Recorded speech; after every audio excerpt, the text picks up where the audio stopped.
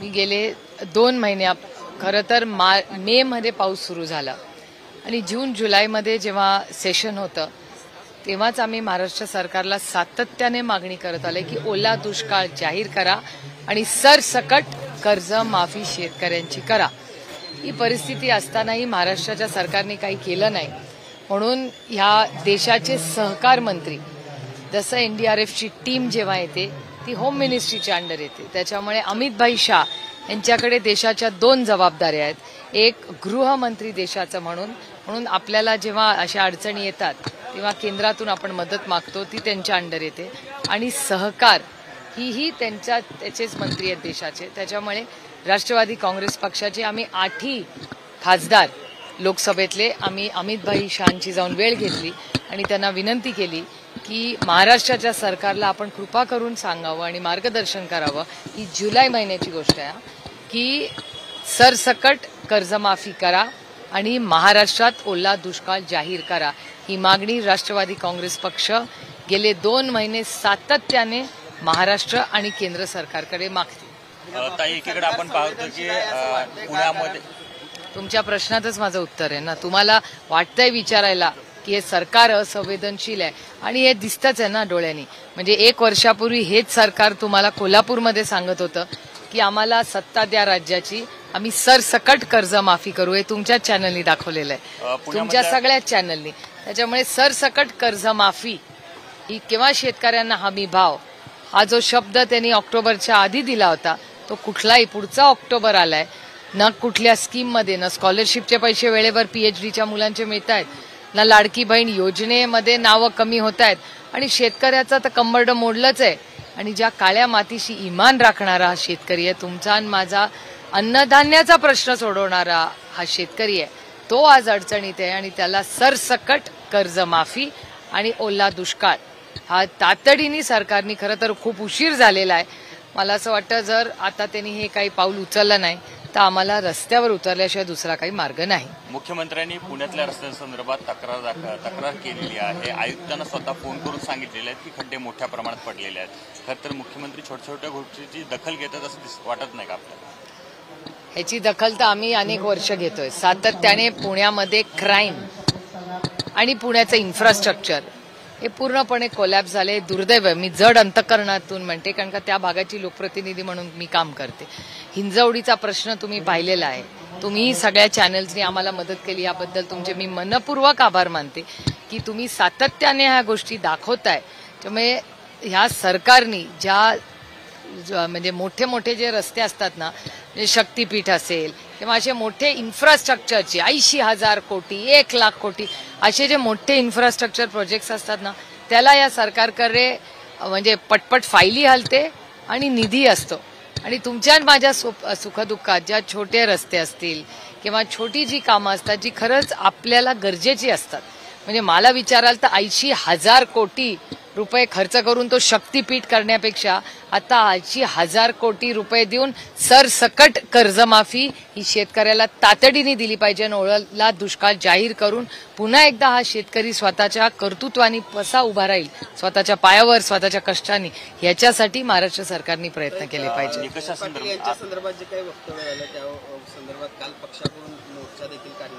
तो पक्षाचा नव्हता, तो माणुसकीचा होता, सगळ्या पक्षाचे लोक होते त्याच्यात। मोर्चामध्ये ज्यांनी आक्रमक भाषणं केली, मग निलेश लंके असतील किंवा इतर जी आक्रमक ज्या लोकांनी भाषणं केली त्यांना काल रात्रीपासून सोशल मीडियावर मोठ्या प्रमाणात ट्रोल केलं जातंय, अक्षरशः धमकीचे मेसेज दिसत आहेत सोशल मीडियावर। मला काही आश्चर्य वाटत नाही, महाराष्ट्रात हा नवीन ट्रेंड झालाय। सरकारच्या तुम्ही विरोधात गेला तर आईस म्हणजे इन्कम टॅक्स, सीबीआय आणि ईडीची नोटीस येते, आणि ती नाही शक्य पाठवणं असेल तर हा नवीन ट्रेंड आहे की फोन करणे, धमक्या देणं। त्यामुळे मला काही आश्चर्य वाटत नाही, कारण काही दुर्दैव आहे ज्या महाराष्ट्राच्या पोलिसांना, तुम्हाला आणि मला आणि महाराष्ट्राच्या नागरिकांना सार्थ अभिमान आहे, म्हणजे मला महाराष्ट्राच्या पोलिसांचा सार्थ अभिमान आहे, अशा पोलिसांवर जेव्हा त्याची भीतीच या सरकारमध्ये राहिली नाही, कारण का त्या वर्दीला भीती राहिली नाही, कारण का सर्वसामान्य असे जे गुंड आहेत त्यांना सिक्युरिटी दिली जाते, ज्या लोकांवर 12 वर्ष लोक जेलमध्ये राहिलेले आहेत, त्यांना सिक्युरिटी दिलेली जाते. हा नवीन ट्रेंड आहे. दुर्दैवाने महाराष्ट्राच्या सुसंस्कृत महाराष्ट्राला न शोभणार आहे. आज तुम्ही आईचं दर्शन घ्यायला आलात, मात्र आपण बघितलं आर्थिक निकषावर आरक्षणाचा विचार व्हावा. नेमकं आपलं आरक्षणासंदर्भात भूमिका काय आहे? मी असं बोललेलेच नाही. माझा बाईट पाहिला, माझा सगळा इंटरव्ह्यू पाहिलाय का एनडीटीव्हीचा? तुम्ही पाहिलाय का? नाही पाहिजे. प्रश्न हा, आहे. मग प्रश्नच चुकीचा आपण आहे. नेमकं आपल्याला मी त्यामध्ये असं काय म्हणाल, म्हणायचं तो मी मुद्दा आहे. मला प्रश्न विचारला की मराठा आरक्षणाचं आंदोलन, पूर्ण ऐकून घ्या, मराठा आरक्षणावर तुमचं काय मत आहे? तर मी त्यांना असं उत्तर दिलंय की मराठा, धनगर, लिंगायत आणि मुस्लिम समाजाच्या आरक्षणाचे मुद्दे गेल्या काही वर्षात वारंवार मांडले जातात आणि ते मी सातत्याने सगळ्यात जास्त महाराष्ट्रातून मराठा, धनगर, लिंगायत आणि मुस्लिम समाजाच्या आरक्षणात कोणी मांडलं असेल तर ते मी मांडलेलं आहे. हा डेटा आहे. आणि जी अर्थातच आरक्षणं जी संविधानात भारतरत्न डॉक्टर बाबासाहेब आंबेडकरांनी दिलेली आहेत ती तशीच राहणार ना. अर्थातच मी एवढंच म्हणाले त्या माझ्या इंटरव्ह्यूमध्ये की माझी मुलं, माझ्या 2 मुलांनी ह्या कधीही आरक्षण किंवा मी स्वतः, मला महिला आरक्षण कुणासाठी आहे? की ज्यांना कदाचित शिक्षण मिळालं नसेल, ज्यांना माझ्यासारख्या महिलेनी कुठल्याही आरक्षणाचा, माझ्यासारख्या महिलेनी किंवा माझा सगळा प्रश्न आणि माझं उत्तर हे माझी 2 मुलं आणि माझ्या पुरतंच सीमित होतं. बाकी कुठल्याही समाजाबद्दल मी बोलले नाही. जर तुम्हाला वेळ असेल 5.5 मिनिटं तर 5 मिनिटं आणि 40 सेकंदाचा माझा इंग्रजीमधला व्हिडिओ आहे. माझी हात जोडून सगळ्यांना विनंती आहे की 5 मिनिटं 40 सेकंदच काढा आणि तो माझा व्हिडिओ इंग्रजी भाषेतला आहे, तो प्लीज बघा. तुम्हाला इच्छाच होणार नाही हा प्रश्न विचारायची मला.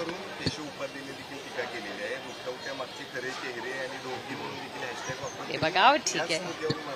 अरे ठीक आहे ना, ही लोकशाही आहे, प्रत्येकाला बोलायचा अधिकार आहे. आमच्यावर टीका करायचा इतना तो हक बनताय ना. खरं तर सुसंस्कृत महाराष्ट्रामध्ये संस्कृती बचाव मोर्चा काढावा लागतोय, हे खरं तर दुर्दैवी आहे. ज्या पद्धतीने टीका झाली जयंत पाटील, राजाराम बापू यांच्यावरती, त्याच्याकडे कसं बघताय? आणि हे कुठेतरी थांबलं पाहिजे, कारण सर्वच पक्षात वाचाळवीर आहेत नेते. मान्य, पूर्णपणे मान्य. मी माननीय मुख्यमंत्र्यांना विनंती केली आहे की आपण ऑल पार्टी मीटिंग बोलवा.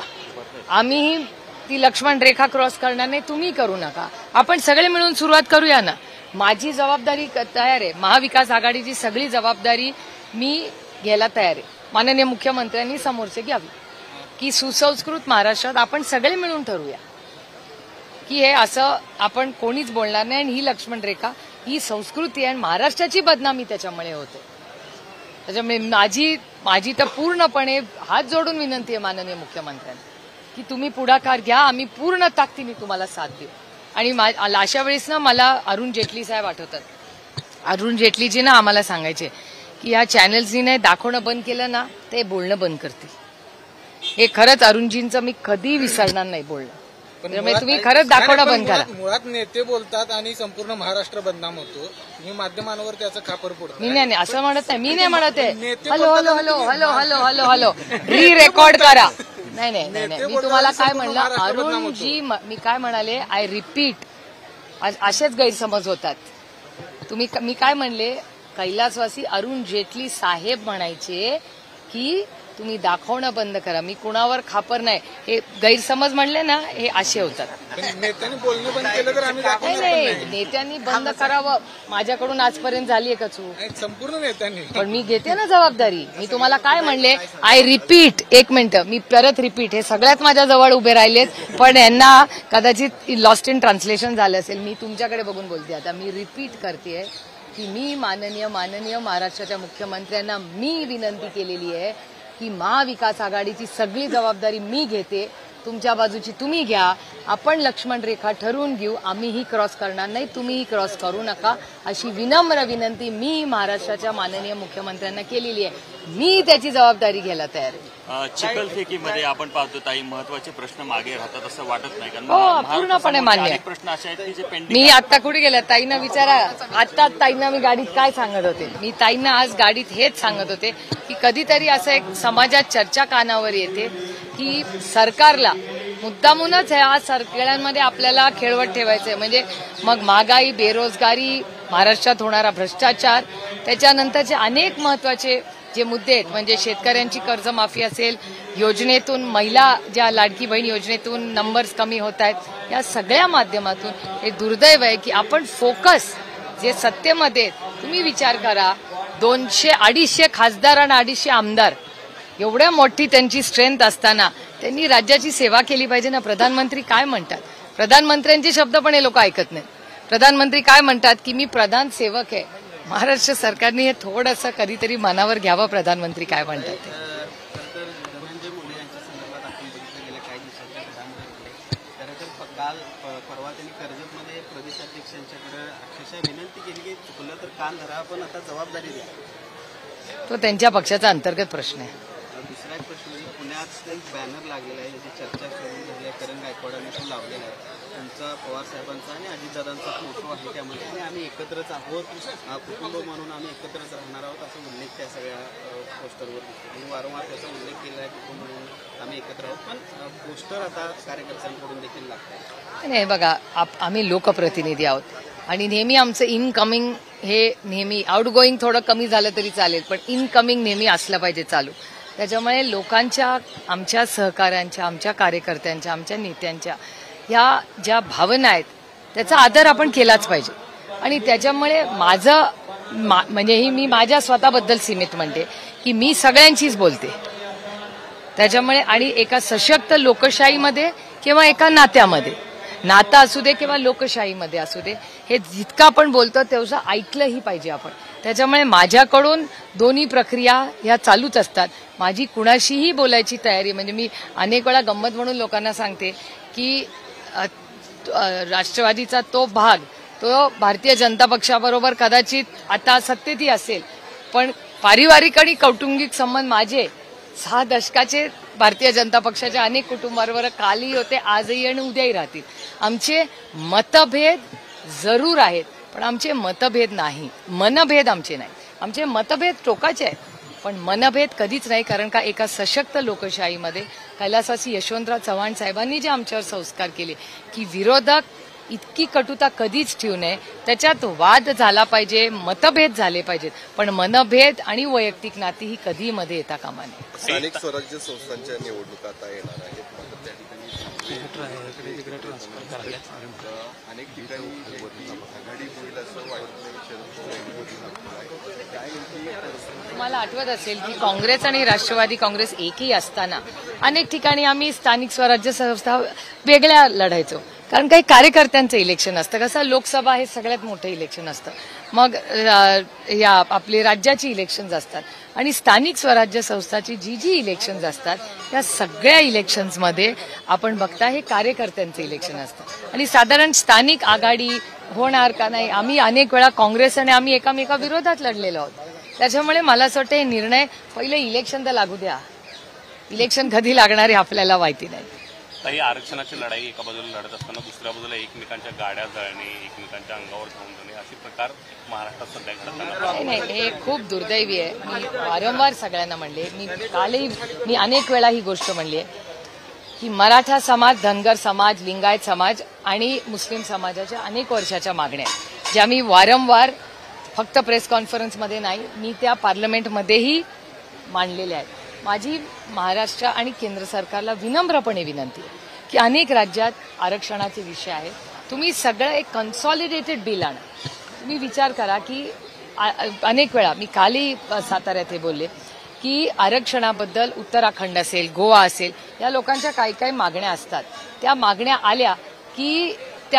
आल्या की तिथून असं होतं की आता हे बिल पास करूया. माझा आनंद आहे जर गोवा असेल, उत्तराखंड असेल, झारखंड असेल, तिथल्या कुठल्या समाजाची मागणी असेल आणि ती सरकार पूर्ण करत असेल तर आम्ही ताकदीने त्याचं स्वागत करतो, त्या आरक्षणाला आम्ही सपोर्ट करतो. म्हणूनच माझी हात जोडून केंद्र सरकारला विनंती आहे की महाराष्ट्र सरकारने कॉम्प्रिहेन्सिव्ह बिल बनवावं. मराठा समाज, धनगर समाज, लिंगायत समाज, मुस्लिम समाज आणि ज्या कोणी समाजांच्या ज्या मागण्या आहेत त्याचं एक कन्सॉलिडेटेड बिल करा, ते केंद्र सरकारला पाठवा. 250 त्यांची ताकद आहे, आम्ही ताकदीने सरकार बरोबर उभं राहू. तुम्ही बघितलं असेल जीएसटीच्या वेळीच, ऑपरेशन सिंधूरच्या वेळीच योग्य निर्णय जर तो देशाच्या हिताचा असेल तर आम्ही ताकदीने या सरकारबरोबर, केंद्र असेल, राज्य असेल, उभं राहू. तर एक कॉम्प्रिहेन्सिव्ह आरक्षणाचं बिल मराठा, धनगर, लिंगायत आणि मुस्लिम समाजाचं आलं आणि केंद्र सरकारने त्याच्यावर चर्चा ठेवावी आणि आपण सगळे मिळून या सगळ्या समाजांना न्याय देऊ. आम्ही ताकदीने जर सरकारने बिल आलं तर सरकारच्या बरोबर उभं राहू. काही गॅजेट हैदराबाद असू दे, सातारा असू दे, त्याचा वापर जातो आम्ही. निजामांचं गॅजेट आता आपण काम आणावं, यातून काय साध्य होणार वाटतं का? नाही, काही नक्की कळत नाही, कारण का कालही ती केस आली होती. मग मला वाटतं आज परत येणार आहे. त्यामुळे नक्की काय सरकारचं धोरण आहे ह्याच्याबद्दल अस्पष्टता अजूनही आहे. त्याच्यामुळे मी विनम्र विनंती महाराष्ट्राच्या माननीय मुख्यमंत्र्यांना करते की तुम्ही एक प्रेस कॉन्फरन्स घ्या आणि आम्हाला सगळ्यांना समजून सांगा की ह्या गॅजेटचा काय इम्पॅक्ट होईल. कारण का अजून खूप वेळा म्हणजे तुमच्या सगळ्यांच्या चॅनलवर चर्चा असतात. कोण म्हणतं बेनिफिट होणार, कोण म्हणतं नाही. कन्फ्युजिंग होतं ना माणसाला की नक्की काय म्हणजे बेनिफिट होणार आहे का नाही होणार आहे. त्याच्यामुळे माझी विनंती आहे महाराष्ट्राच्या मुख्यमंत्र्यांना की तुम्ही एक ऑल पार्टी मीटिंग बोलवा, तुम्ही एक चांगलं प्रेझेंटेशन आणि सगळ्या मीडियाला बोलून राज्यात जाऊ दे ना की नक्की काय परिस्थिती आहे, कुणाला काय मिळणार आहे, किती टक्के, कुठली सवलत मिळणार आहे, त्या सगळ्याची माहिती आमची विनंती आहे की महाराष्ट्राला माननीय मुख्यमंत्र्यांनी द्यावी अशी आमची विनम्र विनंती आहे. मॅडम, आज नवरात्र उत्सव खरं आहे. कोल्हापुरातल्या रस्त्यांवरून तुम्ही आज प्रवास केला असाल. लाखो भाविक कोल्हापुरात येत असतात. कशी कोल्हापूरच्या रस्त्यांची अवस्था तुम्हाला वाटली आणि एकंदरीत महाराष्ट्राच्या रस्त्यांचीच अवस्था तशी आहे. कोल्हापूर कशाला, तुमची कशाला फक्त बदनामी करू मी. माझ्याही लोकसभा मतदारसंघात हा प्रॉब्लेम आहेच ना. त्याच्यामुळे दुर्दैव आहे. उपक्रम घेतला घेतला होता. होता आता घेतला होता आता. राज्याच्या काय सांगा? नाही, खूप दुर्दैवी आहे. काय होतं इन्फ्रास्ट्रक्चरमध्ये जेव्हा एवढा निधी जातो आणि एवढे खड्डे येतात आणि काल तुमच्या सगळ्यांच्याच चॅनलवर मी पाहिलं अनेक लोक दगावतात त्या ऍक्सिडेंटमध्ये. कोणाचं तरी बाळ काल आता परवाच्या दिवशी गेलं. खूप दुर्दैवी आहे आणि खूप सोप्या गोष्टी येतो. एक रस्ता चांगला दर्जाचा नाही का आपण करू शकत. गडकरी साहेबांनी करोडो रुपयाचे रस्ते अति उत्तम दर्जाचे देशात केले. जर गडकरी साहेब एवढं करू शकतात तर आपलं राज्य का नाही करू शकत. थँक्यू.